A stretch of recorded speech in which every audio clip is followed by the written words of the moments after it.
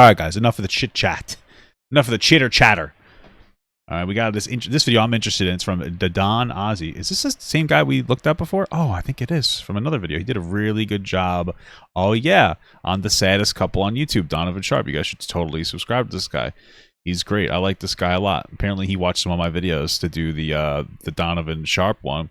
I didn't even realize it, but this is another one video from him, so it's already it's a guaranteed banger, in my opinion. But yeah, this is like another Redpill clown. They're always funny to, you know, troll. And the only thing I really know about this guy is that he went on and talked to Destiny and got absolutely destroyed. I'll try to remember to link in the description, but if you want to watch it, you could just look up his name, Destiny, and then pop a gut if you want to see my specific commentary. But it's very funny. So, I want to check this out. Thank you so much for the $2 from Taco Boy 2002. Did you see Trump? Yes, I saw the Trump stuff. It's wild. Well, let's get this party started. If I tell you to think of a cult leader, you probably just envision some 40 to 50-year-old white man who speaks to God. Guys like Marshall Applewhite, Jim. That's a good question. Have there been any like cult leaders that are non-white, or you know, any brothers? Any brother? Jones, Charles Manson. If I ask, yeah, he's the one who couldn't say what an NFT was and then labeled himself a technologist. you to envision cult members, you probably think of hippies like the Manson family and pretty much any notable cult during the 70s. You likely see them worshiping or venerating some guy or girl who claims to speak to God, or maybe even is God. Maybe they know the way to get to God. Would you ever join a cult? No, I don't think so. I think I'm chilling. I guess I'm a Disney kind of guy, so I'm one step below, one step before a cult. My wife and I are a little bit Disney adults. A little cringe, but you know what? We enjoy what we do with our money, so frick you. Out of 10 of you guys watching, maybe even all of you probably said that you never would. Cults are for idiots, naive exactly. idiots. Well, many people think this way. Many people have this idea that cults have a certain... I mean, it's unfortunate, but it really is for people who are very vulnerable. You know the people who message like Fresh and Fit and say, "You saved my life. You saved me." Okay, those are the people who join cults. People who are so desperate for some kind of community that they will join in literally anybody that makes them feel whole and validated. All right, so those are the people who will join a cult. So, you know, and look to them in a certain way of being. These are the people that are most primed and most susceptible to cults. Funny thing is, guess how many current and past cult members would have said, "I'm not in a cult," if you ask them. Every single last one, right up until their mass drinking of the Kool-Aid in the case of Jim Jones. Yeah. Now, what if I told you that this current... I mean, I guess it's part of the cult is that they don't even think it's a cult. They think it's real. Currently a cult no one is talking about, founded and operated right here on YouTube, with over 1,000 confirmed members and over 100,000 disciples associated with it. A cult that's growing a militia, a dogmatic worldview, and has their own Bible and is led by a cunning megalomaniac right here on YouTube. A cult that draws stark and borderline scary comparisons to the deadly cult of Jim Jones, known as the People's Temple. Is this guy really that popular? Like, enough to have like a legitimate cult of people? I thought he was a clown. Well, I mean, he is a clown. But... What if I told you this cult and its members are nothing like the people I described and you likely imagined? Marquette, Devon, Burton, the saint, and the sinner. And the sinner. To preface this, when I call this group a this guy's cringe is so funny. What? Cult, I literally mean it. Many people call Andrew Tate's fans a cult, but they're more kind of people in an MLM. I'll be drawing comparisons to different cults in this video, especially the People's Temple. The reason being, they're an apt comparison. I don't necessarily mean it's as big of a threat as the cults from... I mean, he looks like any other like red pill, you know, guru selling you snake oil. No, you know, he goes on. He even has like the same kind of like just structure of everybody else. Oh, look, I'm gonna go on a show with some women. I'm gonna parade them. Yada yada. That's what it all seems like. He just takes himself very seriously for some reason. The 70s were, but they're both extremely dangerous ideology-wise. Enter Marquette Devon Burton, the saint and the sinner. Before we can get down to the members and the nature of this cult, and why it's actually something that requires our attention in the first place, we must know who the cult leader is. In my videos, I'm talking about bad guys most of the time. I find them most interesting to review, but I like to keep things in perspective. Like Rocksteady and Bebop from the Teenage Mutant Ninja Turtles. And I like to bring up redeeming qualities whenever I can. In this case, however, I'll be trying to actively keep this to a minimum. Not because I think he's worse than anyone I've covered or will cover, although there is an argument to be made that he is. As you watch this video, you'll definitely see why. The reason is, the nature of a cult is for the leader to have many qualities that are good. Thing is... Well, the nature of a cult is for the leader to be very charismatic. It doesn't necessarily mean that they have a lot of good qualities, but they're very charismatic. Like, they know how to get people to, I guess, align with them in some capacity. They're charming. Right. They're all self-serving and for the cult leader's gain. The reference I'll be using most during these videos, like I said, is Jim Jones and his cult. They're just so strikingly similar. It makes no sense for me to talk about how Jim was charismatic and at times compassionate, funny, charitable to his members, etc. I really don't know anything about Jim Jones. Because at the end of the day, it James Jones was for power and influence. That was the whole point. He was all of these things to control and exploit his followers, and it culminated in the destruction of 918 people, either being bodied by the militia he created or through drinking poison Kool-Aid. Similarly, Marquette is all these things specifically to get money, power, and influence. With that out of the way, let's begin with the life and career of Marquette. Look, I was yelling at P before. That's my guild master on Live WoW to play Classic, and now she's on Wild Growth playing. I bullied her into playing. The leader of this cult before his arrival to the YouTube scene. If you ask him, Marquette is many things. Marquette Devon Burton, the idol of James Bond, Fax Kellerman, Stephen A. Pimp, your favorite YouTuber's favorite YouTuber. Yeah, that girl had like a piercing right under her lip. It looked like a booger. I don't really get it. Definitely not a narcissist. But if you ask the members of the Assassin, short for the Saint and Sinner Nation, they'll tell you Marquette is a tech. The Assassin? Saint and Sinner Nation? That sounds like sassy as hell, man. It's a little flamboyant. Entrepreneur who created technology in the same vein as Elon Musk. But wow, what does that mean? What did he create? The same thing, but for toddlers? Of course, just slightly less successful. A businessman with multiple different businesses from before his YouTube career and that he currently runs. A public speaker paid by the Chinese government, among other entities, thousands of dollars to speak publicly. A UC Berkeley graduate who graduated top of his class. I mean, you know, the Chinese are paying you. That must mean that's really good. Because they don't do any knockoffs or anything. In one of the hardest courses in one of the most prestigious universities, all while being a covert gangster and an expert boxer with lethal hands. Wow, all this has to be true because he's saying it, right? To me and you, we don't even have to know his history of manipulation, lying, alleged scams to know this doesn't even seem very manipulative. This just seems, I mean, he's trying to be manipulative. It's just stupid. He's confidently dumb, it sounds like. This isn't true. It just sounds too good. For anyone really, but especially someone who no one's heard about until he made this cult, until he reached the YouTube scene. If you've done all these things, you should have some sort of name that we should be able to see. But I wasn't making a caricature of their beliefs or his beliefs. They'll actually tell you this. They believe all of this hook, line, and sinker. Luckily, I'm here to save the day and hook, line, and stinker. Am I right, guys? Do what all of his followers fail to do, and is ask the right questions and fact check. Why don't we start with his biggest claim to fame, shall we? His claims of owning and running a tech business. If you've even heard of this guy in passing, you've probably heard him speak of his tech business. He constantly speaks about it, but always makes sure to leave the details out of his business. He makes sure everything is more or less ambiguous. Guys, he signed an NDA. He can't tell us. It's too exclusive. Okay. You might be thinking, okay, if he doesn't want to tell you how much he makes, that's fair. The man doesn't even say the name of his tech business. All he'll say is, I made an app. Tell me what app it is. If it's Angry Probably Grindr. He probably made Grindr. Birds, case closed. We don't have to do any research because we can just look it up, see that you did it, and done. We know you're not a fraud. This is done purposely and with intent. He doesn't want you to research any of this and just take it at face value. But luckily, Marquette was rich and famous before. I don't know. Maybe he really did do Grindr. He looks like the type. He looks like the type that would have like a really like, oh, I really know what gay guys want.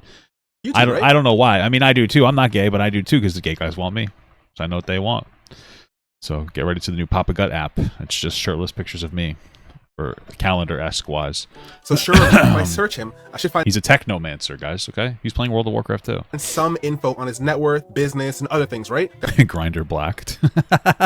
That's very funny. That's exactly what I did, and you'd probably be surprised to find out that I found nothing of note. But I did find a Forbes article. I can already hear his cult members typing, see, His Excellency was featured in Forbes. Peace to the Saints.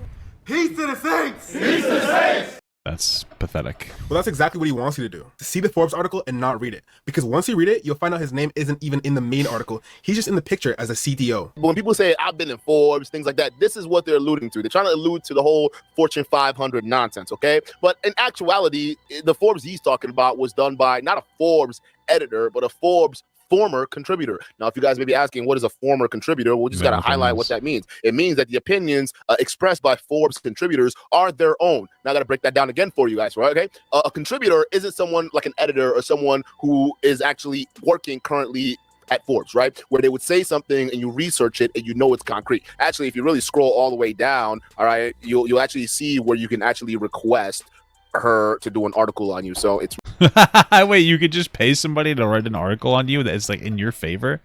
Why would they even offer that service? He'd have you all believe the article was a Forbes 30 under 30 article about him and how he built some powerful technology used the world over to this day. In reality, it was a second business that he used prior investor money to attempt, which failed. He even states that he cashed out, but this business was never sold. How do I know? He vaguely spoke about it in one of his live streams. And like he always does. You know, it's a really good business.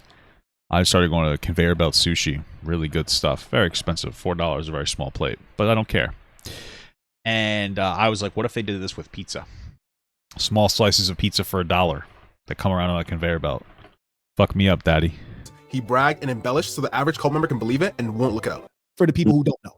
Now, here's the thing. At the time in which I was in Forbes about that business, I was also the CEO of another corporation that was older. Called Fibes. So this was a newer company I started that grew so fast and was so cracking. Forbes did a spot on us. But here's the thing. Oh, they're pandas. My bad. I wasn't trying to say.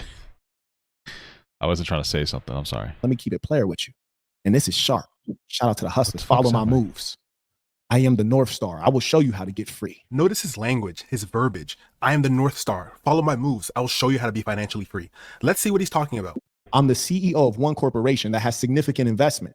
If you invest into a corporation and the CEO, you definitely don't want them running 2 different corporations as CEO. You only want them running one corporation. So they're dedicating all their time, effort, and energy to making your money grow. Mm-hmm. Sure, maybe. I don't really know how this works. I had another idea that I knew was going to be successful and I couldn't wait on it. So what I did was this. I had a girl I was dating at the time. Cool. Random white girl. Random white girl. No education from the middle of nowhere, no credentials, no nothing. Wow. I positioned her on paper as the CEO of this other corporation. Then I created the new product under this new corporation. That sounds illegal. That sounds like an illegal act that you're not supposed to be able to do. So good job. But since there are actual critical, also probably not true, so you never get arrested, but okay. Critical thinkers scattered throughout the internet, although few and far between, Duke and Don, one of the people sitting in the center roasted, fact-checked all of this. The worst part of it all is that this company is now dissolved and has nothing to show for it. I literally could find no information on it from the app. Yeah, you can't let a white woman run the business. They're just going to keep getting crumble cookie, okay? And Starbucks. That's what they spend all their money on.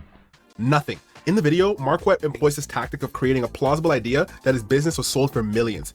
And that's why I tell you guys, I only talk about 1/3 of what I actually do, just so you can hate on that third. Let me tell you how boss I am, and this gonna hurt you. Look, okay, I'm ready. Angry man, trip on this. The company that's in Forbes, right? Which side note, anytime you see a company in Forbes and then you never hear about it again, just side note, that usually means that it got acquired or it got sold. You know, bigger corporation gobbled it. Right, that makes so much sense, yeah. Up, and they included it into what they're already doing under their brand or under a different name. That's usually what that means. If you sold, so he's pretty charismatic, and he's willing to lie. I think that those are the most dangerous people, though. The business, when do you just state it was sold? Why vague post about it and say typically X, Y, and Z happens? Again, this is intentional. His naive, dumb, or inexperienced fans will hear this, and since they don't know much about wealthy people and how they maneuver business interactions, I mean, some of the vague stuff he's saying sounds like it makes sense, but it's like the normal shit. Like, yeah, you don't want a CEO running 2 companies. Oh, yeah, that makes sense. So then when he sprinkles in his lies, it sounds like he knows what he's talking about. But it's like, that seems like basic knowledge, no? I feel like everybody would know that. Like, oh, you don't want CEO, like, right? I don't know. Am I fucking crazy or what? Etiquette when it comes to things like that. They assume Mark Webb sold his thriving business for $3.5 million, and he's been living good and laughing easy ever since. If that were the case, a personality like his, a braggadocious, overconfident, narcissistic personality like his, would bring this fact up every live stream. That's an actual maybe. That's possibly true. Checkmate. So it would be a good idea to be bringing this up. I mean, he puts that idea into his audience's brain that like, oh, I only talk about 1/3 of what I actually do. So it's on the down low. It's very hush hush. Very secret agent James Bond type stuff, you know? So, you know, that's what he's going to hide behind. On stream. He's been called broke before, and he had nothing to show for it besides getting angry. Wow. Just so you know, every girl sitting on this side of the table earns more money than him. Yeah. That's so funny. He's an imposter. He's been. That's so funny. Adam 22. That's so funny. Stop messing with little kids though. Stop messing with like teenage girls. That's fucking crazy. It's weird that you do that, but yeah, this is funny. Put it in the past. He's mad about it. He basically LARPs as a rich guy on the internet. If I was absolutely poor, it would mean nothing. All the girls, it would mean nothing. I think we all are kind of in agreement that we don't really want to sit here and listen to someone who's basically a scam artist tell us what's wrong with our life. Damn, that's actually very funny. If you could just say, I sold my business for this much, look it up, you win. You're having arguments with guys like Adam. No, but guys, he must be super principled. I bet that this guy would turn down $80,000 and a trip to Disney instead of show the evidence that he owned these businesses. Okay? That's what I bet, because he's such a principled guy. You know? 22 about your business when you could have put it to rest by being transparent. But the reality is he has nothing to show for it in the first place. If that's not enough, a successful company like his allegedly would have some sort of info on it being acquired by a bigger one. And even if that wasn't enough, why has all their social media been dead for years? So to sum it up, Mark Webb brags about how rich he is outside of YouTube, how successful he was. But if this is what he's talking about, he's bragging about a failed company. In business, you're gonna fail companies. You're gonna fall down. You're gonna scrape your knee a few times before being successful. Not me, bro. We know this. The issue isn't the fact that he failed businesses. It's him bragging about it as if it's Apple or Amazon, lying by implying in an effort to get people to like his idea. I went to an Apple store today, check out an Apple Watch. My wife wanted one, and we browsed around. The guy helped us a little bit. We didn't ask him to. I was just like, you know, messing with something. He's like, hey, you can't touch that. I'm like, oh, I'm sorry, but he's like, you can touch these though. And I thought porn was going to start, but it didn't. And then after that, though, I felt, I was like, okay. And I was like, baby, do you want the Apple Watch? I was ready to buy it first. She's like, no, I don't. I want to wait. I don't know if I want to spend that much money. And I was like, okay. So we left, and he got disappointed and like old man upset, you know, but not in like an angry one. It's more like, oh, that's sad. This guy's a fucking idiot. Ideology and give him money. They need to see him as a big shot who can teach them the way to make money. That's why he does this. But let me not jump to any conclusions. He actually has another business, and even though he keeps everything vague, I've done some research on it, and it seems this one is more well known. We are talking about the Fletch app, an effortless attendance technology made by our Marquette Devon Burton. And he's here with us now to explain how LeVar Burton? Didn't that guy, wasn't he in Star Trek? this works. Marquette, thank you so much for being here. Thank you for having me. So explain what Fletch is. How does it work? Fletch is a very simple technology. We use this long-range Bluetooth device. This one is actually a really innovative and new company. I have to give credit where it's due because, wait a second, computer enhance. Is that earbuds? That's your technology, Marquette.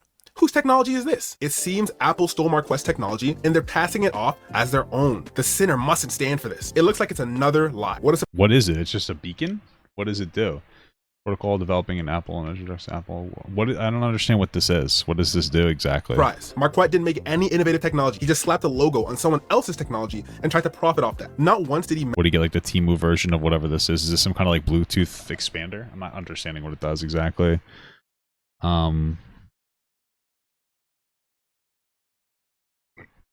Mentioned that he... Well, I mean, the implication here would be that they bought his technology,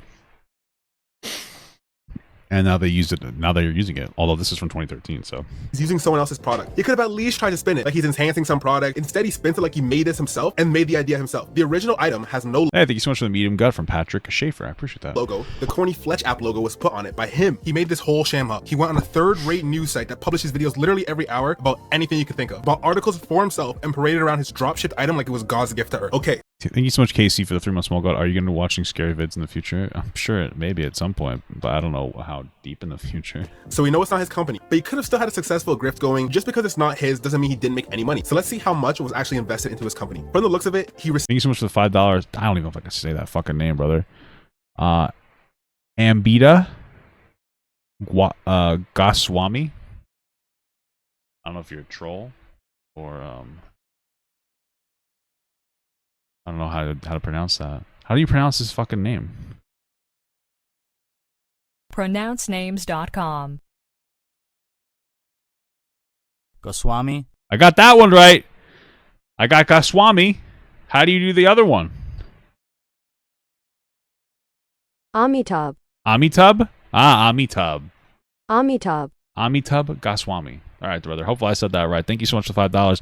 I don't think he mentioned this video, but Marquette showed up to the Tate's house in Romania and chocolates unannounced and obviously got told to fuck off. That's very funny. What the fuck? Received a total of $250K from 3 investors. Yet the company and app... You're Indian? Yeah, no, I know. I could tell you're Indian. You know, I was confused for a second. I'm like, is that somebody's name that's supposed to be like a lot of vagina, you know? But I'm sorry. Ambita. Hopefully I said that right again. Goswami. So incredible. Thank you so much. I was just trying to learn, bro. Just trying to learn. Or sis, I don't know. Still failed. He was able to use grift on 3 people who actually gave him $250,000. Is it any wonder his lies work on his cult members? Essentially, the timeline is this guy faked the company as well as a product, tricked 3 investors, saw that his first game was falling apart, made a new company with a puppet CEO so he could work on it, presumably using the money that he got from his first operation to fund his next operation. It sounds like he's just desperate to be rich, and so he's probably right now his business strategy is like, hey, why don't I try to get other people who are desperate to be rich to pay for things for me in some kind of a scam, right? That's what it seems like most of the Red Pill do. That also fell to the ground and burned. I'm positioned as the chief technology officer. Yeah, the technologist. Yeah, of the corporation. I own all of the stock. Wow. She's positioned as the chief executive officer. Wow. She owns 0% of the shares. She's a figurehead. So then when it's sold, I got all of the bag. But here's the thing. I was also able to keep my investors at bay because they weren't tripping because I wasn't the top dog in this other company. I was in a small role as a technologist. But if you know my... Wouldn't you be the person that acquires the loans, though, or the investments, so they would want to associate with you? Or did you have her work on them to get investments? Because this doesn't even make sense. Because I would imagine that if you're going to get an investor, they're going to invest into you specifically. So unless she was this other person, he mentioned it was a girl before, unless she was super charismatic and she was the one that was able to lock down these investments, I'm not understanding what the fuck you're talking about. Like, that doesn't make any sense that they're not going to hound you. You're probably the one that got the investments. Doesn't make any sense. Thank you for the $2, John. I appreciate that. None of this makes sense. Background, I'm not a coder. Just like his companies, they don't make dollars or cents. I'm not a technologist. He's trying to point out that I was like nobody in this corporation when I was the whole puppet master, the whole founder, inventor, and the guy who cashed out the whole thing. All in all, he successfully scammed his investors. Watch the podcast. I did watch it offline already. I don't know if I'm going to watch it online. The Anthony, he gets a little upset. So I don't know if I want to watch it. You know what I mean? I don't want to say anything that will upset or offend him.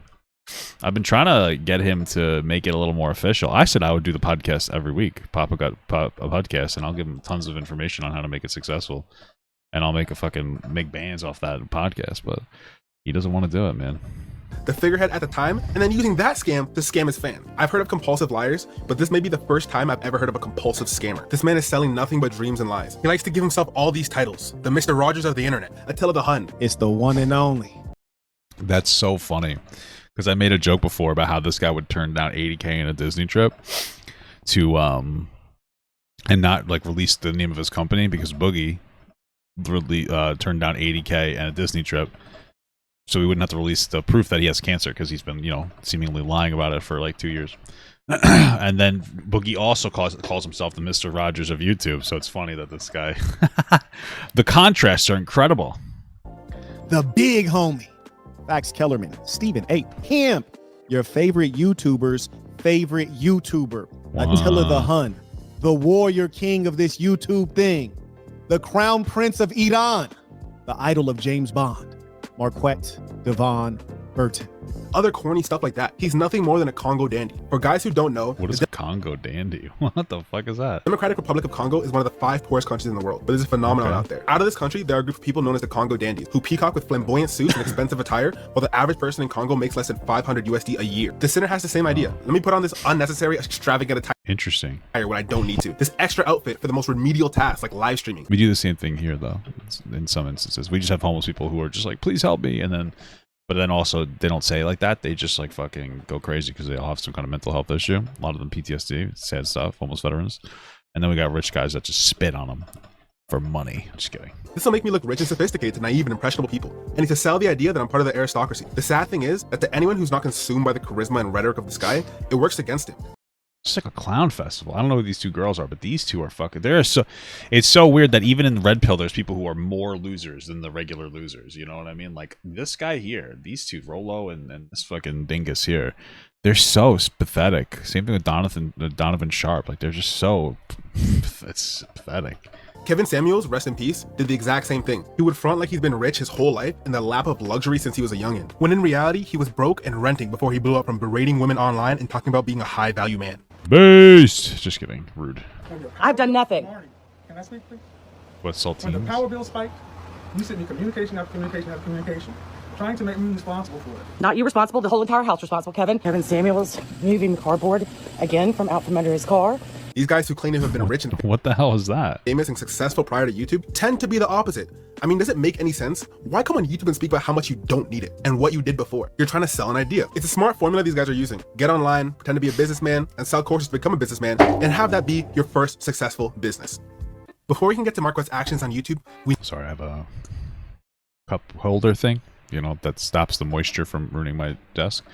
And it's stuck to the bottom of my cup because there's so much moisture on it, like suction cups. You need to delve into the cult as a whole and get a general view of the assassin. This video isn't for the members. 9 out of 9, if you're gonna be paying this man to go to conferences, reciting vows and statements as if you're praying, you're too far gone. This is mostly for people outside looking in, trying to understand just how deep this is, and in the off chance they get a cult member or two to reevaluate their life, that'll be a bonus. So to illustrate this, take a look at the characteristics of a cult. We know no cult member will admit to being in a cult. They wouldn't be in it. Well, I don't even know if it's that they admitted, if they won't admit it. I think that it's that they may not believe it. They think it's real.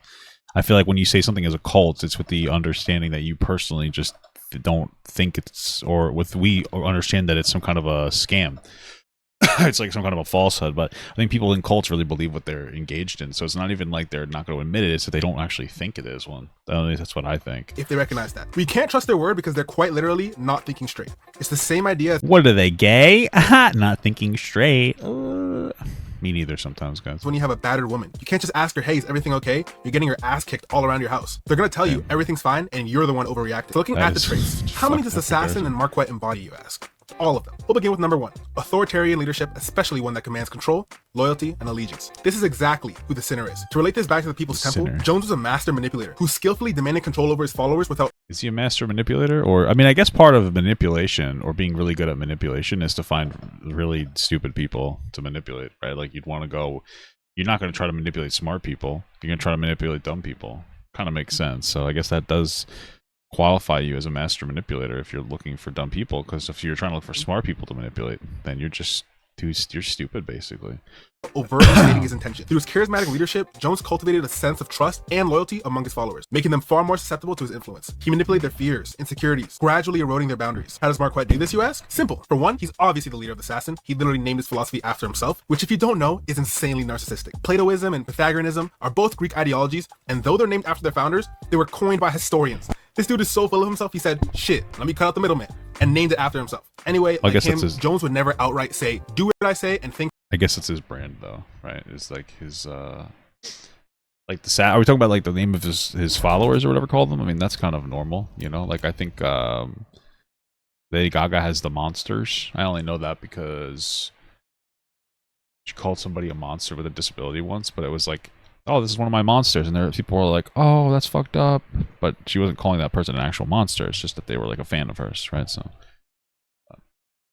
I mean, this guy's obviously full of himself, so. Or you're not part of the cult. In fact, he says, be your own person. But how true is that? Jim never said you can never wear an afro. You must have my haircut. Or you can't like sushi because I like burgers. It's only superficial stuff. It's only superficial stuff that he doesn't care about. Ask Marquette if you can be gay and be I want burgers. Part of the Sassin. Ask me if you can be a woman with multiple men and be part of the Sassin. One man and even 50 women is cool according to the Sassin law. No, there are some things you can and you cannot do, and following the Sassin law and being obedient to him are two of those things. In fact, if you wrote a so you can't be a woman and join this? That's fucking cringe. What are they all suck each other off? What the hell? Book you should follow. You'd expect this book to be about the ideology itself or general guiding principles along the lines of The Art of Not Giving an F or self-help books just like that. Nope.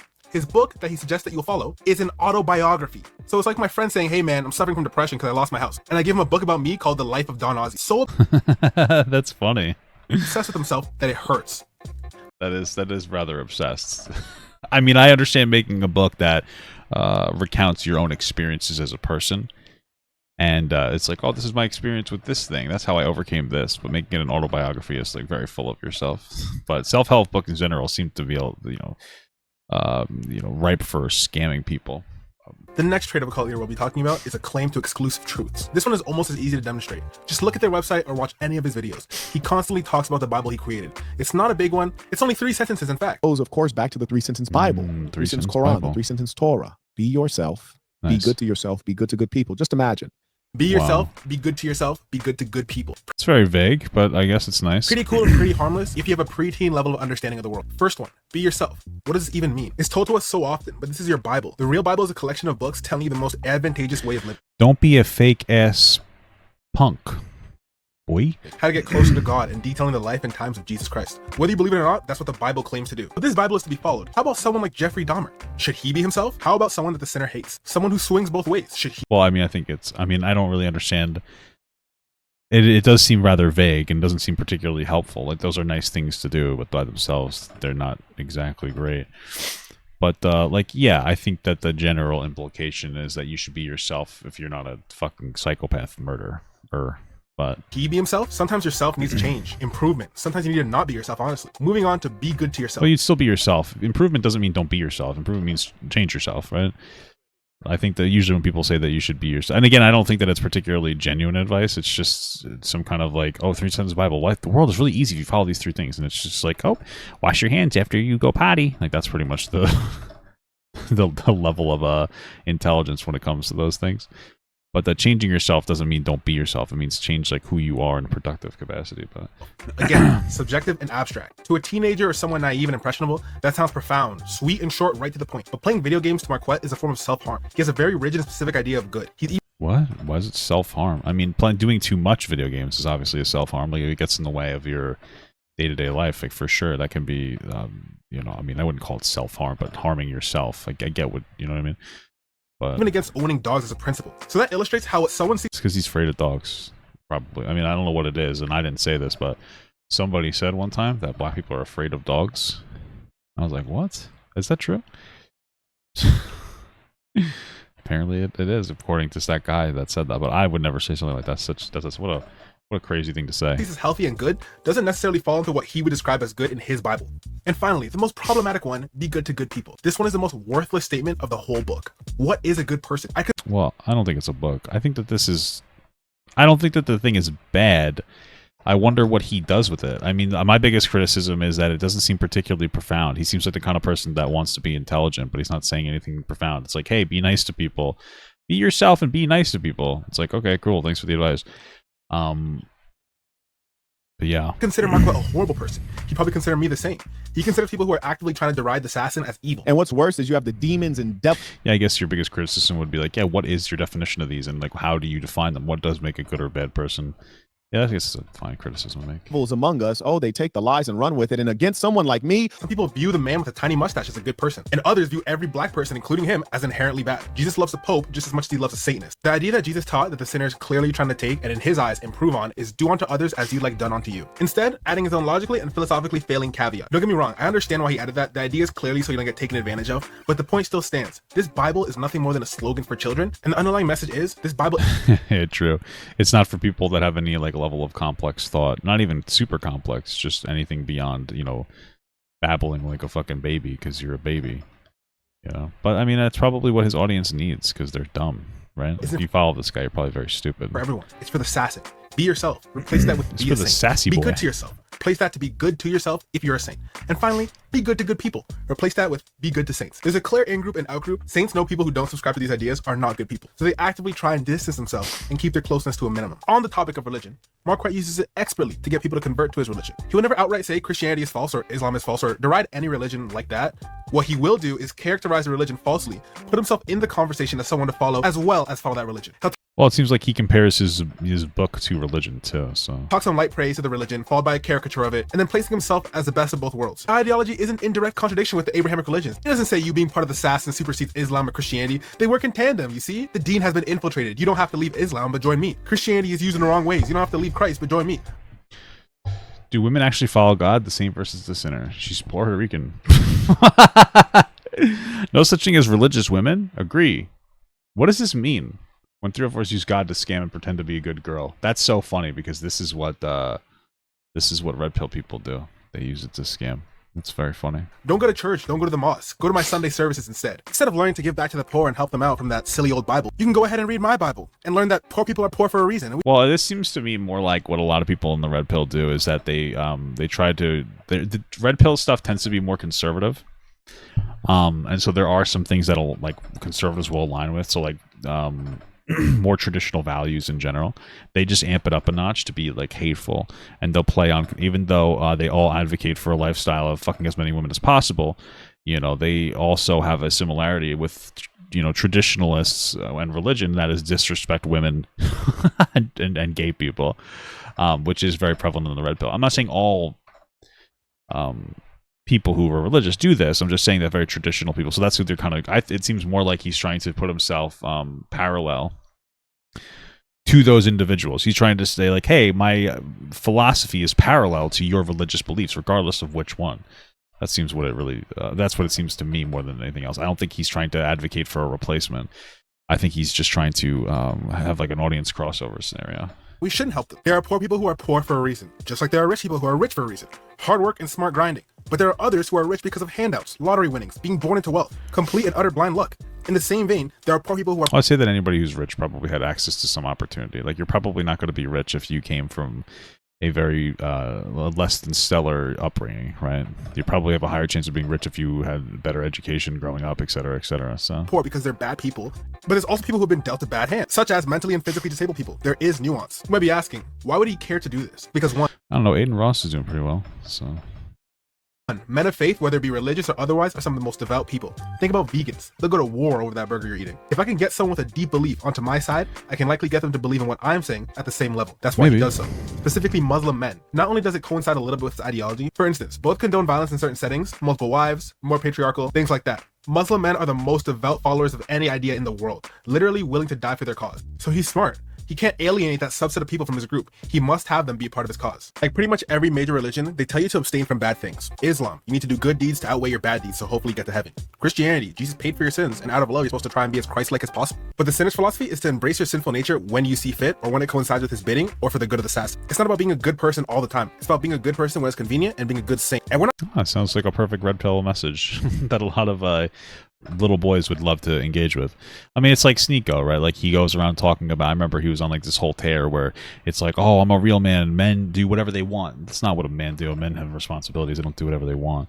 But that seems to be a very, very appealing message to a lot of these weak red pill people because they don't want to change. They don't want to better themselves.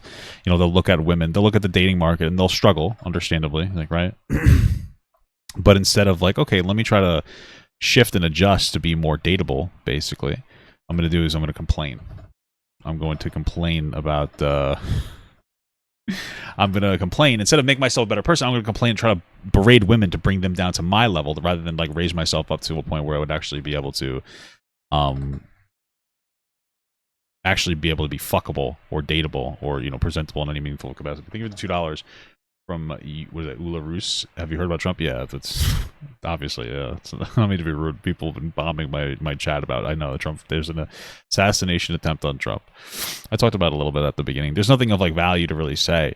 I just find it funny that I was like hanging out with my mother the other day, and because she's conservative, so she voted for Trump in 2016, probably in 20 also, But even she's like, you know, if he keeps talking the way he's talking, he's going to get shot. And I was like, I laughed at that. And then, boom, what happened? He got shot. I was like, oh, that's actually very funny. And it's not funny that he got shot, but it's like very funny that my mom was so perceptive about it. So I'm not talking about being a saint like St. Francis or St. Augustine. There's a reason I've been calling him the sinner the entire video. It damn near feels sacrilegious to call him anything but that. The next one is one of the most nefarious and diabolical tactics that the sinner uses, and that is maintaining that they're the ones with the truth and that the outside world poses a risk and even death to its members. While doing research on this is one of the most recurring themes that the sinner uses to control his cult. Everyone is against us, from your church to your government, and ostensibly all nonsense. Does he really say the church too? I mean, I get the government. That's part of the Matrix, you know, the spiel. But saints, you are being oppressed by your government. If you don't realize it, you're just not very intelligent. Yeah, I mean, there is a level of oppression going on in our government. I don't know if it's active and intentional oppression necessarily, or if it's just like greed gone too wrong, you know. But yeah, for sure. I don't think that's a hot take. I feel like everybody feels disenfranchised by the government. Like, what? Would never claim to have received divine revelations from God like Jim Jones. The sinner would have you believe that if he's not saying, I am God, worship me, it's not a cult. Cults are about the leader having sex with your wife or doing weird what the fuck? things to your kids or thinking that they're what? God. When I tell you whatever religion you have come to me with, Christianity. Newsflash, buddy. We're not all as naive as Sass. One thing that he did do is that he would manipulate crisis constantly. If you got your news from him, you think it's doomsday every day. Every crisis, or possible crisis, any news he can use to scare people to join the assassin. He uses it. The same tactic Jones did with his cult. Jones manipulated real-world events to reinforce his narrative of the persecution and danger that they were constantly in. For instance, he exaggerated incidents of harassment or surveillance by outside entities to justify his control over the group. He would use these incidents to rally his followers and reinforce their belief in his leadership as a protector. When people would check on Jonestown, you know, because it's a crazy cult that isolates family members, instead of Jones saying, hey guys, people are rightfully investigating us, he'll tell his members that they're being persecuted and use that as proof that they have the truth. It's a victim complex. Yeah, it makes sense. It's what all these guys do now. Isn't that exactly what Andrew Tate did when he got? Isn't that exactly what Andrew Tate did when he got caught? You know, sex trafficking women and whatever. Yeah, they'll just play like the fucking victim. With tears and agony, I tell you, I don't care how many screams you hear, I don't care how many anguish cries. Death is a million times preferable to 10 more days of this life. If you knew what was ahead of you, if you knew what was ahead of you, you'd be glad to be stepping over. If we can't live in peace, then let's die in peace. Jesus Christ. Takes a real interesting person to be able to convince a bunch of people to take their own life, huh? I guess it takes an interesting person to latch onto that message, too. Level, and that's why I say, appreciate me while I'm here. You see, because there's certain levels of cooperation the government will get out of me, and there's certain levels of cooperation that the government will not get out of me as a man, and there will become a point where they ask me to bend over and take it up the rear end, and I won't be going for it. I wonder what that's a metaphor for. Or if he just thinks about getting his ass plugged all the time, because I wouldn't doubt that. And if that means that there's a lot of closeted homosexuals in Red Pill. That'll be the last time you see me or they see me. Does this remind you of anyone? Myron Gaines is one of them. I don't think that Walter is, though. I think that's one of the things. I think that I don't think Walter's gay. I think Myron's gay, and I think Myron has a crush on Walter and wants to be with him, but That's my read there. Call out his cult and you're a broke hater. It's not because you guys have all the makings of a cult and you're a lifetime scammer. No, it's because you don't want to see you win, and furthermore, you know the assassin is the truth and the light, and we're devils, so we hate that. Jones also instilled fear in his followers by warning them of the persecution they would face if they left the People's Temple or questioned its authority. He often cited examples of government agencies, the media, and other groups conspiring against them, portraying the outside world as a hostile or dangerous place. For example, he claimed that law enforcement agencies were plotting to destroy the People's Temple and harm its members. I wonder who that reminds me of. Garbage. It's not a racial thing, it's a corrupt government thing. The government and the police force is extraordinarily corrupt. You get nothing back. They are oppressing you, they are controlling you, you have no rights or freedom. That's what we're actually dealing with. I mean, there can be issues. I don't think it's quite that bad. It is not good, and we should call it out, but okay. We're in revolutionary times. If you work for this government, Not a cult, guys. Not a cult. Don't forget that. The more I say it, the more true it is. Well, you know, he's playing on people's frustration with the government, which is valid. It's valid if you're frustrated with the government, but obviously the government isn't like all bad. We still do have like cities, roads, police still keep you safe. We still have like a bunch of infrastructure that's good. Transportation systems, etc., etc. It just could be better. So before we move on to the next one, I can hear it now. The assassin and assassin sympathizers alike are already commenting, "Hey man, this is awfully dramatic. Jones said they should be willing to lay down their life for him. All the sinners saying that he's willing to die for them. That's it." Well, that's exactly what Jones implored to eventually get his people to be willing to drink the Kool-Aid once that time came. Jones exploited. This guy, are you trying to insinuate that he actually wants people to actually wants people to like take their lives for him? That's a hard sell. I might have to show me something. It seems more like he's just trying to extract money out of people through using fear-mongering because it's like easy and very lazy. The fear and insecurities of his followers, instilling a sense of impending doom and persecution from external. I almost done my segment. You want to give me a surprise? You can just come down. I have like another. It's only halfway through, baby, though. So. Forces. He would talk about how much he loathed the world and quote-unquote persecution he was facing, and he slowly introduced the concept of dying for your beliefs to his followers, initially framing it as a noble sacrifice or an act of loyalty to the cause. This is what is known as gradual desensitization. Jim Jones also often presented himself as willing to die for his followers and their beliefs. He frequently used rhetoric to reinforce his image as a selfless leader who was dedicated to the well-being and salvation of his followers. Sounds a lot like our friend the sinner here. Jones. I don't know. It seems like it's a hard sell. I understand what you're saying, that there has to be stages of it and you have to like slowly escalate going on and on and on and on. But I don't know. I don't think that this guy is. I don't think that this guy's trying to get his followers to take their own lives or anything. I mean, maybe he's trying to get people to like live and breathe and die for him. I don't know if I necessarily believe that, but it's possible, I suppose. Oh fuck. Emphasize the idea of sacrifice and martyrdom. Jones' statement about being willing to die for his followers and their cause served to further manipulate and control his followers. He presented himself as a martyr figure, thus strengthening his hold he has over their loyalty and devotion, convincing them that he was their ultimate protector and savior. This rhetoric also contributed to the atmosphere of fear and obedience within the People's Temple. Members believed that their leader was prepared to make the ultimate sacrifice for them, and thus they should be able to do the same. You see, when it comes to cults, there's levels to it. No one's gonna have a t-shirt that says, "Hey, I'm a cult leader" on their chest. I'd buy that. I'd get that shirt. They're not going to start their services with "Welcome to the cult of Jim Jones, in which I want your full devotion or you'll be exiled." If that was the case, the People's Temple wouldn't have been a thing. There's an odd cult that outright pretty much says that they're a cult. You know, the cult in which the guy actively claims to be God or the second coming, etc. But those I got a second coming in me, you know what I'm saying, dude? those ones are obvious. People are just worshiping a figure. No one's My wife wants to give me something. taking it too serious or is willing to die for it. Now, I'm not saying the sinner's end goal is a mass exit, nor am I accusing him of any crimes whatsoever. I want to make that very clear. Yeah, I mean, it seems like a little bit of the flair for the dramatic. I mean, I could see some of the parallels between him and like a traditional cult leader, I guess. It seems more like, you know, your typical, you know, bullshit trying to sell you something, and he's just extra charismatic. But I don't really think that it's anything. He's just trying to extort money from losers, right? That gravitate towards red pill content. Because you have to be a loser to gravitate towards that kind of stuff. I think he actually just enjoys power and stroking of his ego. But I am saying this: the biggest and most dangerous cults are the covert ones. The ones that don't say, "Hey, welcome to my cult." Instead, they say, "Hey, welcome to my cult. How can I help you?" Welcome to the family, the Manson family. Or, "Hey, welcome to Jonestown, home of the People's Temple." Or, "Hey, welcome to the Saint and the Sinner Nation. Peace to the saints." Peace to the saints. I want to welcome everyone to Pieces. That's so weird. Wait, what? That's actually very bizarre. The next one is that the cult separates themselves so. That's actually very religiously oriented. This guy's a weirdo. What the fuck? Socially. This one is obvious. You can hear him say the assassin or nothing many times in live stream. He won't deny this. He actually stands by this idea. After that is the cult practicing elitism. If it wasn't already painfully obvious, here's further proof. That we are the leadership class because we're smarter, stronger, more principled. The leadership class. Oof, If ever there was an entitlement complex. Yeah, when you tell somebody that you're part of a class that is superior, you have an entitlement issue, right? It's the same thing when a bunch of red pill guys will say like, "Oh, men are leaders." Men aren't leaders. I think that men have the typically have more of the drive to want to be leaders, right? I think that like women can be leaders too, but mostly men seem to have more of a drive to want to be a leader. But when you tell somebody that they are inherently, they belong to some class, whether it's men, women, higher class, lower class, whatever, that they are inherently or intrinsically leaders, that's just an entitlement complex. You're not telling them, hey, you have the ability to lead, so, you know, you should work on that and understand what it is like to lead, especially from a family unit perspective, you know. You obviously, the priority is the family unit, not yourself, and you're trying to make decisions for that unit.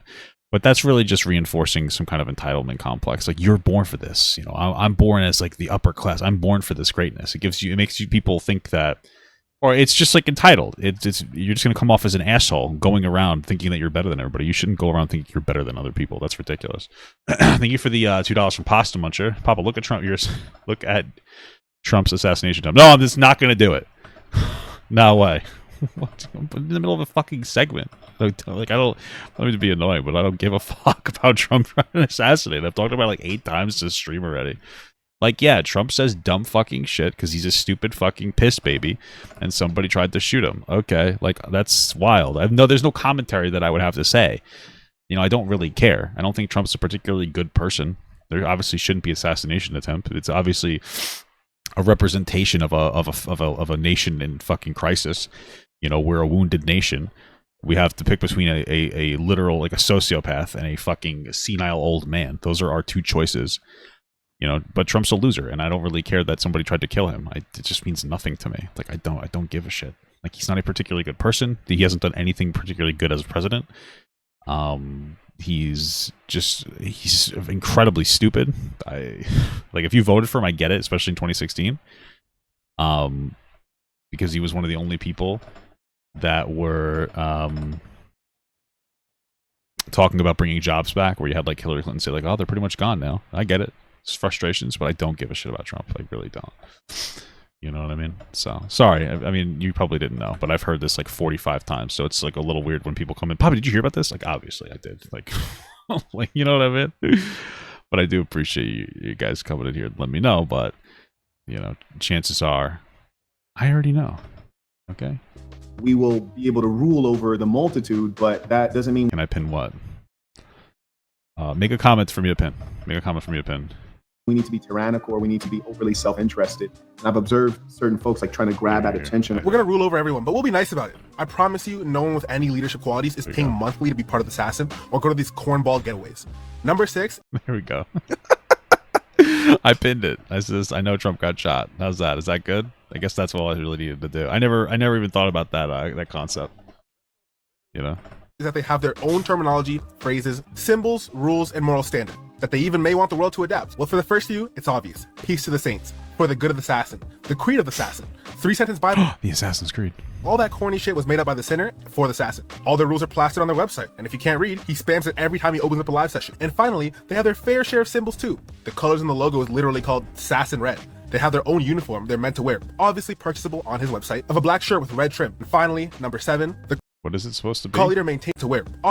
This looks like my crazy wife. She's got 2 faces, you know what I mean? Obviously purchasable on his website, of a black shirt with red trim. And finally, number 7, the call leader maintains control over the members by using certain forms of mental manipulation. They remind their group that if they stick to the group's beliefs or teachings, they will get special rewards. Every point leading up to this point bolsters this one. If it wasn't evident that Sinner telling his goons they'll be ruling over the rest of us, one of the biggest draws to the Assassin, I say draws like that because this movement is worthless as hell, is a chance of making money through it. That's half the reason the Sinner lies about his background so much and he brags about his wealth. Of course, he's a narcissist. He literally can't help himself but brag.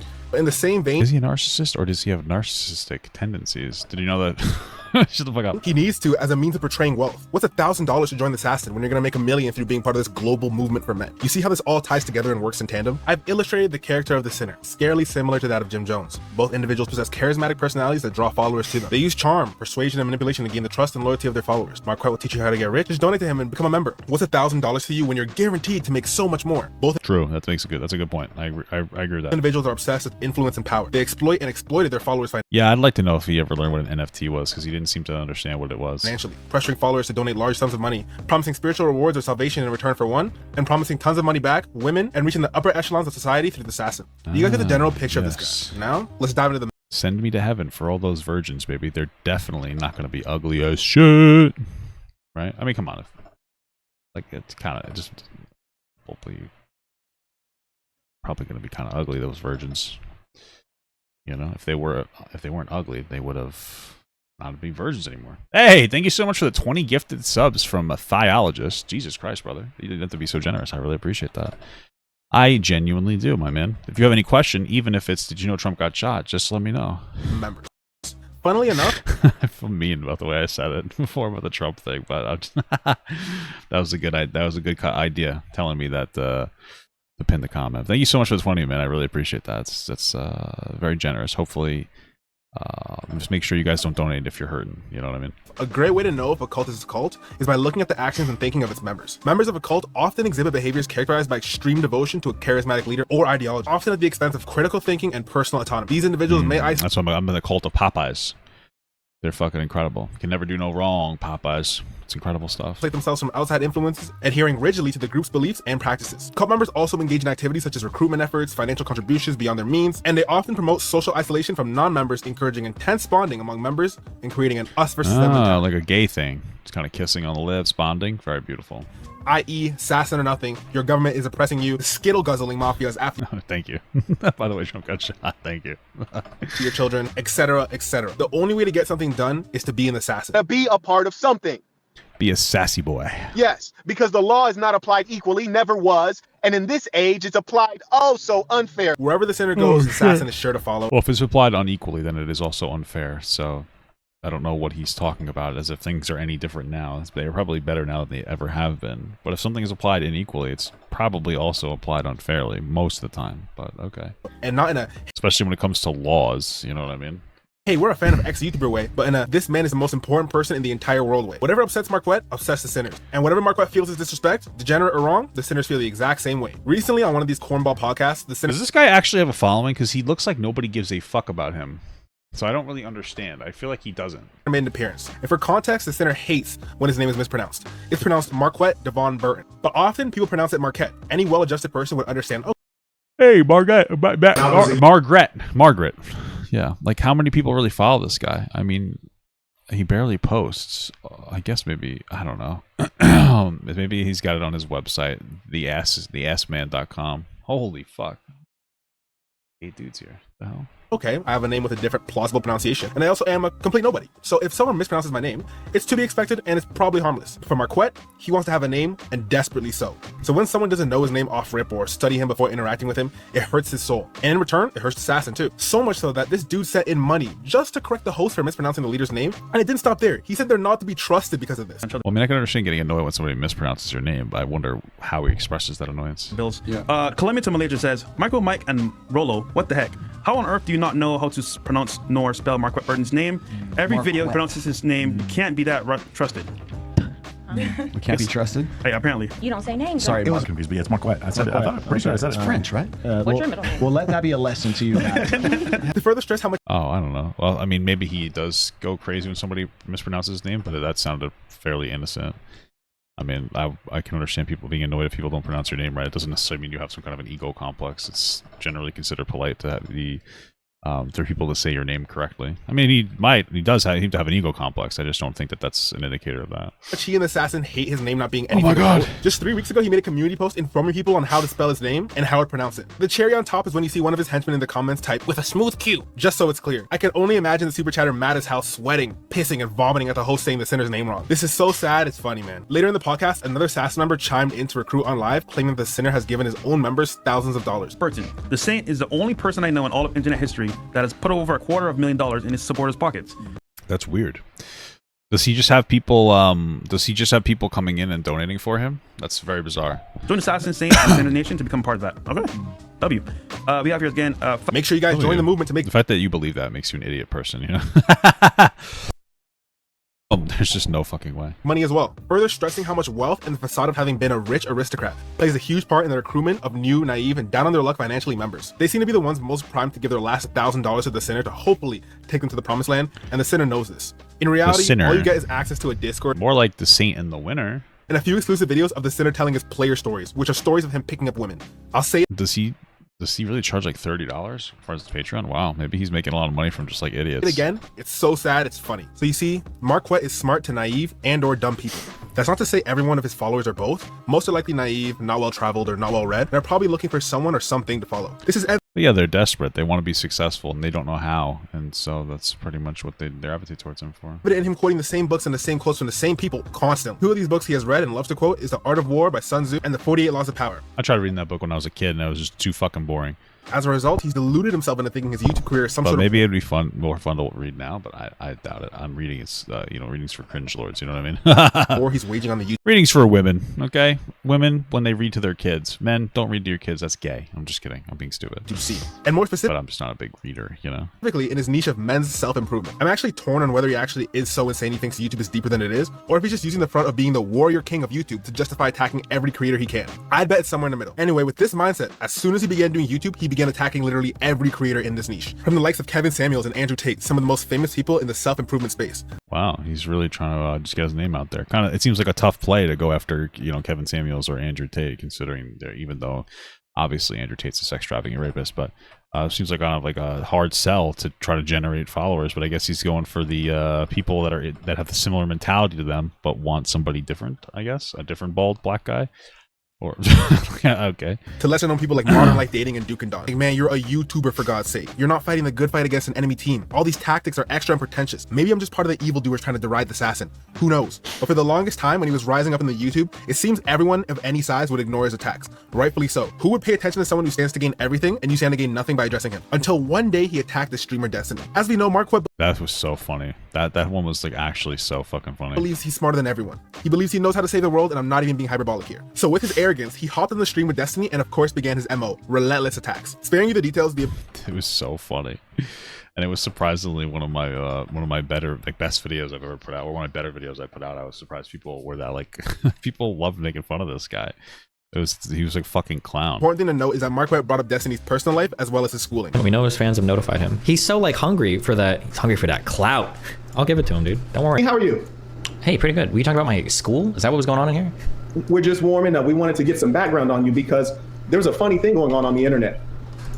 Your fanatics, they deluded themselves into thinking that you're brighter than you are. You see, because on your own bio, you're making excuses for why you didn't complete a basic degree, a very easy degree at a third-tier university. It's so interesting because I feel like nowadays you need degrees less and less to be intelligent necessarily. Like if you actually go through the research yourself, you can research pretty much anything online nowadays. You can't get a certification necessarily. Oh, you can online sometimes, but you can't necessarily get a certification as easily. But you can educate yourself. Destiny's a smart guy. You know what I mean? I don't think he's dumb at all. He's a smart guy. He's good at debating. He knows, so. Reads, quote, I went to the University of Nebraska at Omaha. Confirmed orbiter? I don't think I might be a Destiny orbiter. Maybe. I talk about his stuff sometimes, but I don't pop into chat. I'm not particularly interested in that part. I just cover stuff when it's interesting, and he tends to do interesting stuff every once in a while, like Destroy Boogie. And before we carry on, we're both clear that this is a third-tier university. This is a very low-ranking university, right? It's a state school in my state. I don't have to hide from for example, let's look at it on the other side. Well, no. How about this? You said to me, Marquette, did you go to Berkeley and get a degree? I would say, sir, I did that in 3 years. Yes, I did. If you said, then did you go to Johns Hopkins University and take a master's degree while working full-time? I say, yes, that's correct. So it's the same thing. I wouldn't have a long story. I just say, yes, that's correct, or no, that's incorrect. So the reason being is because he loves to talk about his own personal life and his school. Marquette is one of those people who will ask you, what did you get on your test? Knowing or hoping it's a bad mark just so he can talk about how he aced his without even trying. Well, it's really just not even hoping it's a bad mark. It's more of just talking about himself to get you to talk about him. You're like, hey, so how was your day? Oh, you start asking, oh, my day was great, and then they just go on and on and on, which is generally normal. If you want to talk about something that happened to you, it's fine to ask somebody else what's going on, and then they will hopefully return the question as long as you're trying to give each other equal time to talk. But he seems like the kind of person that just constantly talks about himself, doesn't absorb any information from anybody else that talks, and he's just like a fucking droning idiot. One of those people who everyone around him can see right through besides him, and well, in this case, his cult members. Typically when people bring up their school, and they also talk about what they got as a degree. He no doubt went to a prestigious school, but again, say with me now, he's lying by implying. With all his talk of tech businesses, successful startups, and money, you'd think he went to school for software engineering, law, or something, that's worth bragging about. I went for hard, naked engineering. It's the opposite of software, because you would be naked if... Okay. No, he got... You miss 100% of the shots you don't take, you know what I mean? His degree in teaching. Literally one of the most common degrees to get, and the default degree for someone who doesn't know what they want to do. Nothing wrong with this. He is a woman. I'm just By the way, I have friends who are teachers, and I respect the hell out of good teachers. Most are bad, but that's a topic for another day. Well, I don't think most teachers are bad, but I get what you're saying. What I'm doing right now is using the logic he'd use on someone like me, an enemy of the assassin. If I said I'm a teacher, he'd call me a brokey. Meanwhile, he'd be using his teaching degree as we speak if he didn't luck out with YouTube and his cult. Anyways, as a result, Destiny later dug deeper into Marquette and who he says he is. And of course, found out most of what I touched on earlier, but specifically found out about his NFT rug pull. This is the app that he says that he like invented for some company they work for, Fletch. It hasn't even been downloaded 1,000 times. I bet most of these downloads are probably just from people working on the project, saying it works on other devices. Like, this guy's whole life is a scam. He did a rug pull for $2,000. Damn. Not even a big successful rug pull, huh? Limited supply Assassin coin is now available for purchase. Damn. You know, a rug pull for those of you. I feel like I could rug pull even more than that with my name. I could probably rug pull you guys for at least $5,000.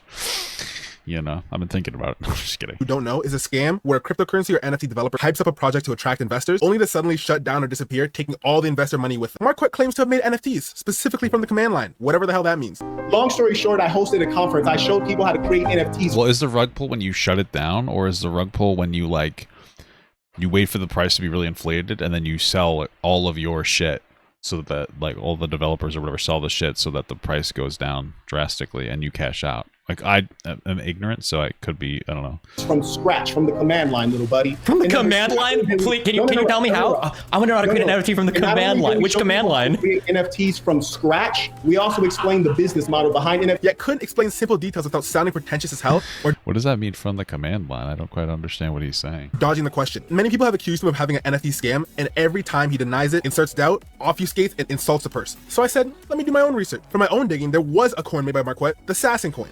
That coin is currently sitting at a value of $0. So knowing this, I knew he made a coin, which he wouldn't admit to. Taking a look through the way what if we made a coin, but I didn't pull the money out of it? It was just a silly goosery. Back machine, you can see he actually announced this coin on his YouTube. So he did promote that coin he made, and he sold one. Interesting. You can even see the members in the comments soaring out over their future loss of money. This is only my third documentary of an internet personality, and I'm already seeing a trend from all these videos. How do people not see right through this guy? Anyway, if we take a look here at SoulScan, we can see that the coin was at one point around 2.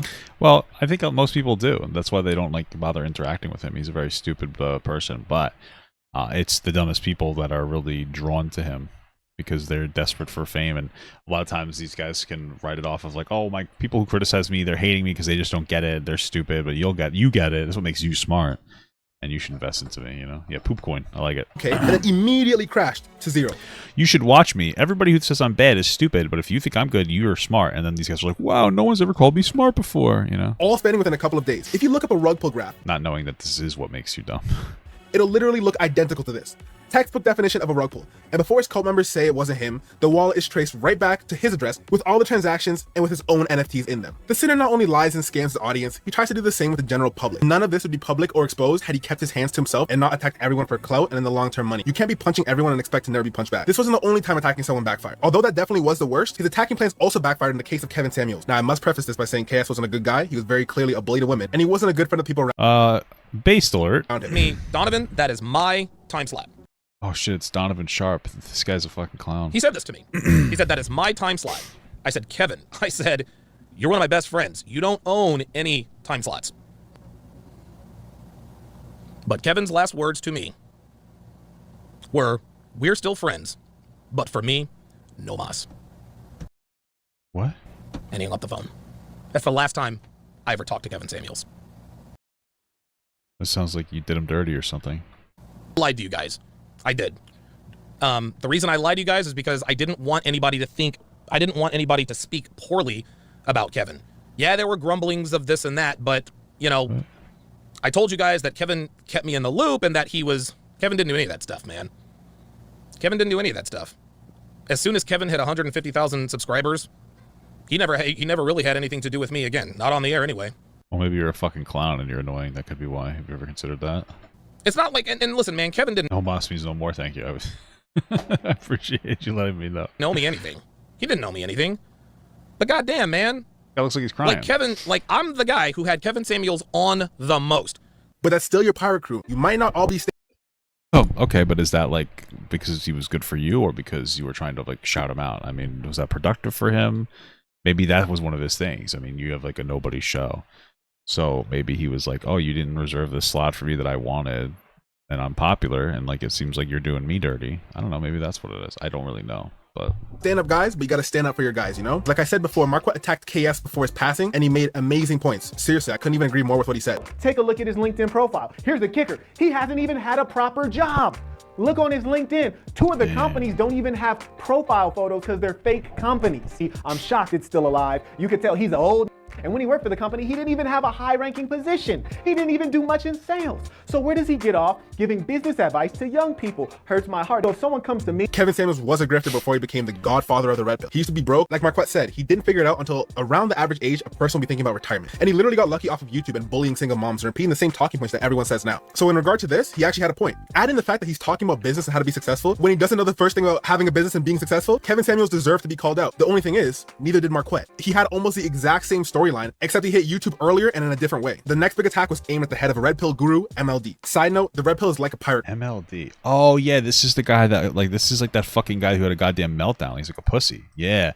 And allegedly hit some like girl in Japan or something. This guy's a fucking scumbag. None of these guys have much morals and they're constantly stabbing each other in the back, but MLD was invited on after they both insulted each other through YouTube. In the phone call prior to the fiasco, you can see the sinner actively manipulating him. If you're calling me like, hey, I prefer you don't do the video, my answer to you is, you got it, not an issue. If you're coming in peace, hey bro, I prefer you don't make a video talking shit about me. I got you, it's not an issue, we'll can it there. Why? If you're calling like, hey, I'll sue you or I'll do X, Y, and Z, I'm a mother savage and I will say, my dear boy, you sue this I'm a mother freaking savage. out of me. Yeah, you beat a Japanese woman apparently. You can, and I'm gonna make sure that so many fucking emotionally unregulated men in the manosphere. Huh? Make sure that you regret every second of your life. But if it's, I think it'd be fucking hilarious if one day we get together and do a stream together. I think it would, shock a lot of people. Let's have some fun. Let's do that one day. Who the fuck is he talking to on the phone? I'm wishing you much success with everything that you got going on right now. And don't get me wrong, I'm not about to start a GoFundMe for the likes of MLD, but this is actually a high that was MLD. Okay, got it. level of sociopathy. To tell someone everything's good, to make peace over the phone call and the whole time be playing an assault on them when they come on stream, there's a reason he recorded it, and that's just to illustrate how Machiavellian this dude is. Anyway, when he got on stream, he accused the sinner of creating a rug pull, and it didn't end well at all. Coin still operating, yes or no? Tell us. I don't know. Is the coin operating? You have 3 minutes. Explain the scam. That's all the information I have. You idiot. You have 3 minutes. Go ahead. Tell us the scam. I'm done. No, really. You have 3 minutes. Explain the scam. I want to hear about it. I want to know. I just told you. I could give you and the whole internet does not so you're just trying to make me look bad. That's what this is. This is not a dialogue. This is like you trying to frame yourself as like a superior person. Oh, I'm appalled. I'm appalled. Because if that was the case, I would have mentioned that you have liposuction. I didn't even mention that. What? This is so catty. This is what the hell? What the fuck is this? You've had liposuction? What the fuck? Where have you seen me hiding the fact of that? If that was a what the fuck? This is actually crazy. case, I'd mention that you have hair plugs. Yeah. Where do you see me hiding that? If that was the case, I'd mention that you have fake teeth. Yeah. And where have I hit If I was trying to make myself superior to you, I would mention that you got fake teeth, fake hair, and a fake body. You're basically a Colombian. You're a Colombian. This is a TMZ shit. I thought, dude, on the phone. Listen, bro, that's some fake snake that you did, bro. On the phone, you are pulling some fake. The sinner is obsessed. What the fuck was that? I feel like I was watching reality TV. That was actually so weird. Obsessed with clout. Them in the red pill, people in the red pill sphere would have called that like women's behavior. I don't understand. These people are so weird. Fame, adoration, and money. The sinner not only lies and scams his audience, he tries to do the same with the general public. This narcissistic cornball bought a fake BBC documentary about himself. He bought a fake BBC? Did he fit it inside of him? On his channel. Are you ready? We leave Jomo Kenyatta Airport. Marquette's mobile rings.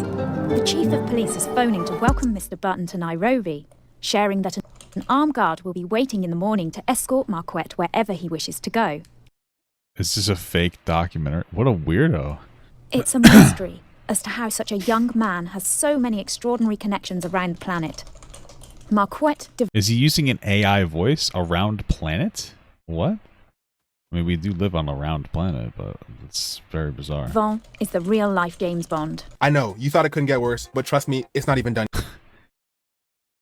Was that an AI BBC documentary voice? Like, what the fuck was that? That was so fucking cringe. Did he really do that? That's embarrassing. I mean, I guess he's trying to pad his online resume and some people are falling for it, but that's so bizarre. And yeah, as you watch these clips of him, just really take in the fact that this man is writing bold-faced lies about himself. Marquette Devon is a real-life James Bond. This video reads like a parody of itself, as if someone asked an AI bot to generate a video that makes a caricature of someone with delusions of grandeur and who is obsessed with himself. It's just that Marquette de Von Burton is enchanting and bold. What the fuck is this? Kind. And he's kind. Wow. Did you date him or something? What the fuck? This has to be AI. He is an enigmatic figure, a businessman and a boxer, an author, a stoic, and a poet. And above all, This is crazy. And he posted this on his own channel? Yeah, he did. Emerging World Leaders Profile. Margaret Devon Burden. Wow. 640 likes from a BBC documentary is incredible. He just paid an actress? I guess that makes sense. It sounds like it could be AI voice though, you know? a philosopher, a leader in reforming global human culture. That person sounded like they started laughing there. He's written a 3-sentence Bible.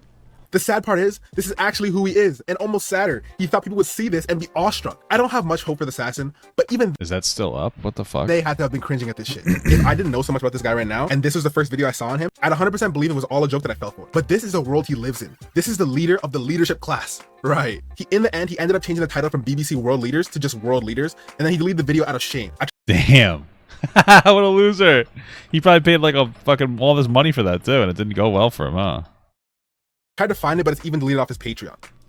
So originally, I don't, there's a way to look this up, but like, apparently they made him change it. He originally had this YouTube video titled as BBC coverage or BBC Emerging World Leaders Profile. And then they made him change the title because obviously it's not a BBC thing.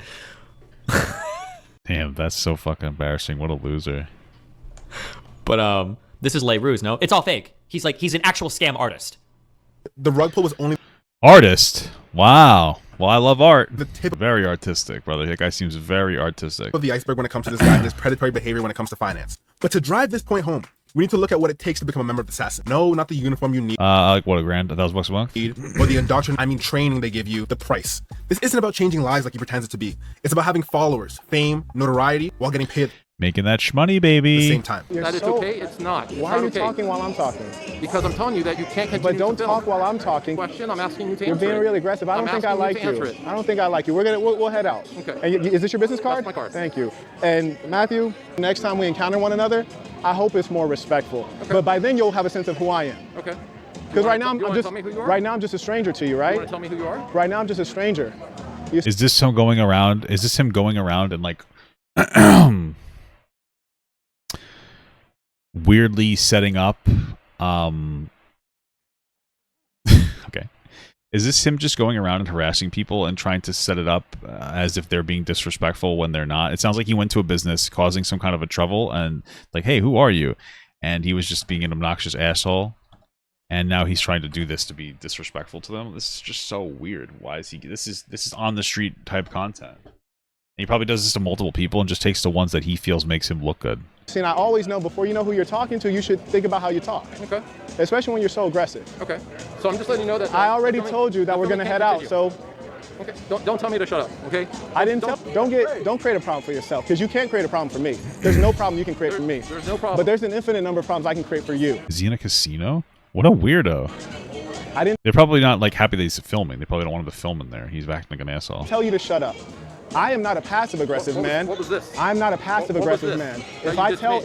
Oh, he did this. Like, shut up. Okay. If I tell you to shut up, I'll just look Wow, he knows sign language too. Boxing and sign language? Jesus. you in your face and say, Matthew Dubenmeyer? Yes, sir. German?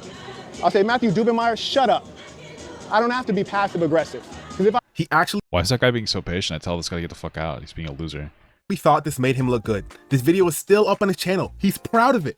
I truly implore you to watch the full video of anything I've shown here, from his live streams to his videos to anyone who's fallen victim to this guy's videos. I'm not taking anything out of context. He's truly this manipulative. The man had a mental breakdown at the win because they didn't respect him in his pimp coat. And in return, his pimp coat? What? He basically threatens him and says that soon he will know who he is. That's what it is. He was wearing a pimp coat and they didn't want him in there with that or something? Was it just like too large? Oh, am I gonna lose this? Fuck. For one, I highly doubt that. And if he even did find out who you are, he's gonna feel even more justified in his decision, no doubt. Again, just one more point in favor of this guy only caring for money, fame, and celebrity. Look at his Patreon, for example. To even get the base level of membership, it's $31 a month. That might not seem too bad, but to compare, a great channel when it Well, I feel like most channels will do like a very low yield for that. comes to video essays, one that I can only hope to get to the level of one day is that of H-Bomber guys. We're talking H Bomber. Well, he shows up like once a year, so. Insanely researched and well thought out, scripted. Yeah, you're right. He's modern day James Bond. That's on me, brother. Sorry. And executed videos. In his first tier Patreon, which is 10 times less expensive than the Sinner's Patreon, you get exclusive videos, behind the scenes things, Discord access, and some pretty good value. And if you're a fan of these videos, I can take sometimes. Well, the problem is the H Bomber guy produces like decent content, so people want to engage with that guy and pay for it, and he has a lot of people. Saint of the Sinner doesn't have a lot of people that want to engage with him because he's dog shit. So he has to get like a few people to pay a lot rather than a lot of people to pay a little, you know? Months to a year to make. What's $3 for extra content? In contrast, the Sinner's Patreon, the first tier has only 2 videos a week about women and personal improvement, no video requests. And oh yeah, I might never even respond to you. Buddy, if I'm paying $30 to you monthly and the only value I'm getting is 2 videos, which are mostly videos you private after live streaming on YouTube, I'm gonna need a bit more than no guaranteed direct messages. But to be fair, I do get access to Discord for the low price of $1,000. Whereas I get wow, must be a hell of a Discord. the Discord community from H Bomber literally for $3. But fine. Hey guys, it's only $2 to get into Papa Guts at Discord, just so you know. Get a YouTube subscription, $2, and you link it to your Discord, and you're boom, you can pop in, you can chat. Let's pretend the Patreon wasn't so horrible. Let's look at his merch. For this one, we will compare that of PewDiePie's, one of the biggest YouTubers on the platform, so he can sell a cup of piss and it would probably be bought at a high rate. Looking at his merch, you can see it isn't just dropship BS with his logo on it. It's clearly designed with time and effort, as well as actually being well thought out. Well, you know, in general, I saw that makes sense because he has the infrastructure to do something like that. I mean, I can understand it's like a smaller content creator making shirts that are a little more difficult, maybe a little more expensive because they don't have the as much like financial infrastructure like buy in bulk and whatnot. But you can get high quality socks for $9 from a very famous YouTuber. I can also see the clothing actually being modeled and worn by real people. The collection is cohesive and it makes sense. To sum it up, the clothing brand has a soul. It's clear the customer isn't just $1 to PewDiePie, and it's more or less deeper than getting the most money out of you while giving the least quality and effort. Let's take a look at the Sinner shop, shall we? Far less notable person, but he clearly does have some money from YouTube, so his shop should have some similar effort, right? Well, at first glance, the site took no effort. Not only is it bland and soulless, it's made off of Creator Spring. It doesn't even have its own domain. But all that is secondary. I mean, the main thing is the clothing itself, so let's take a look at that. maybe I'll take a look at Creator Spring. We can see here that Sinner sells everything that you can imagine, from drinkware to pillows to things for pets, which he's staunchly I would just do like a hat, maybe, you know? against. Looking at the actual apparel he has, it's literally all just dropshipped items from China. There's even a shirt with his literal face on it you can buy. Imagine being someone who buys this and worse yet wears it. Just to reiterate how yeah, that's pretty pathetic. appalling this is. His prices are all higher than PewDiePie's, despite his clothes coming from a factory in China with no expense for modeling the items and no designers being paid to design these items. Well, just to be clear, like they do take a pretty big cut on those types of websites. I've seen them before, so you know, I don't know. PewDiePie has all of the above and his clothes are made in Canada, which obviously is more expensive to produce than if you're getting it off Alibaba or something like that. I mean, for God's sake, why are your dropship socks $35? And for the small price of that's fucking crazy though. $113, I can buy the Sasson athletic shoes that'll probably break my ankle in because they're not athletic shoes at all, and they were not made with athletes in mind. And then after I'm done that, I can buy some Sasson soap to wash off the blood off my ankle. And if I'm feeling a little bit spontaneous, I can buy my girl a Negro horror shirt. Look, man. What the fuck? And the underlying motif here revolves around profound narcissism and self-absorption. While self-love and appreciation are definitely healthy, the Sinner's obsession with himself has distorted his perception of reality. His fixation on his own image is so strong Silly Goose University. Yeah, SGU, baby. Maybe I should do that. that it demands others to mirror his obsession through the assassin. Almost every action this guy takes reveals a severe disconnect from reality and who he and the assassin thinks he is. You can see this in his inability to accept he's not famous, not a world leader, his need for constant validation that he's changing the world, his anger towards people who don't believe his ideas, his lack of understanding of nuance in the world. Everything is seen through the lens of the assassin. You're wrong and I'm right. And not just that, you're evil. The government is as well. The tale of the saint and the sinner is something of a modern day Bernie Madoff and Jim Jones combined. While the assassin is a modern day People's Temple, the sinner, a nobody in life who always had ideas of living in luxury, tried multiple times to get to that place. Same here, dude. I didn't think it'd be like this. I remember when I was still at my old job, I would sit there and I'd be like, what if I won the lottery and I had $1 million and I do this and I do that? That's what I used to daydream about. So Self-admittedly selling dope and failed businesses with all the tellings of scam artistry. Finally gets his big break in the YouTube scene, portraying himself as already rich to get rich. And it worked like a charm. Now he is generally where he's always wanted to be. Rich with people worshiping him. I know I said is he actually rich? Does he actually make enough money with this stuff? Maybe he does. I mean, God bless him. He's still a fucking idiot. At the start, I'd avoid giving this guy his praises where they're due. This is why they don't want people to have better education. But he does have some good quality. He's very clearly well-read, at least in a few books. He knows how to capture an audience. That much is clear. But his well, yeah, he's charismatic, right? But the biggest value add to all of us is showing your brain on narcissism. It's such a potent drug that the man buys suits. You did hear that right about the shirt, yeah. Yeah.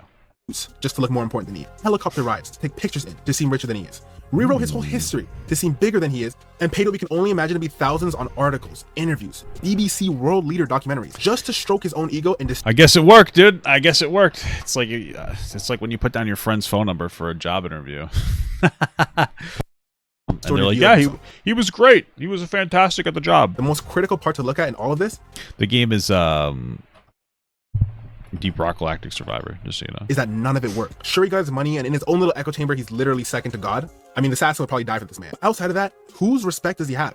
No man or woman with actual critical thinking skills will buy for a second that this man has done what he claims to have done. He reeks of fake because of how much he tries to look real. Relentless pursuit of self-aggrandizement. He shows us all the toxic allure of narcissism in a way that no one I've covered so far has or even can. It's a destructive force capable of distorting reality and eroding genuine connection. Is he Thanos? What the fuck? The sinner is Exhibit A. His extravagant displays of wealth and fabricated narratives serve as a stark reminder of the hollow emptiness that accompanies a life built on deceit and manipulation. Despite his attempts to make us all believe such a grandiose persona, the truth remains glaringly evident to everyone outside of the assassin. Authenticity cannot be bought, and genuine respect can't be manufactured. No matter how many times you repeat you don't need YouTube, that you've been rich since you've graduated university, it just doesn't work, and if anything, it works in the opposite way than intended. In reflecting on this cautionary tale, let's not well, again, if he really is rich, it has been working, no? only recognize the pitfalls of narcissism, let's also reaffirm the timeless virtues of humility, integrity, and genuine connection. I hope you guys enjoyed the third video on my channel. Make sure you subscribe if you've watched this far. You clearly That's a pretty good video. enjoy video essays, and more importantly, you seem to have enjoyed mine. This brings me to the actual end of the video. Some of you may have seen this video before, whether you're part of the cult or not. It's very ironic how the sinner claims to love free speech and that his rights are being attacked because he's Oh, thank you so much, Potato Chip, for the $5. Papa, my girlfriend is 5 years older than me. Am I cooked? She's the love of my life. You're just groomed, okay? You're being groomed. I'm kidding. Yeah, good for you, man. As long as you're not a child, who gives a shit? Good for you. 5 years isn't that big of a deal. Oh, I guess Saint and the Sinner had this guy's video taken down. That explained why a lot of the stuff was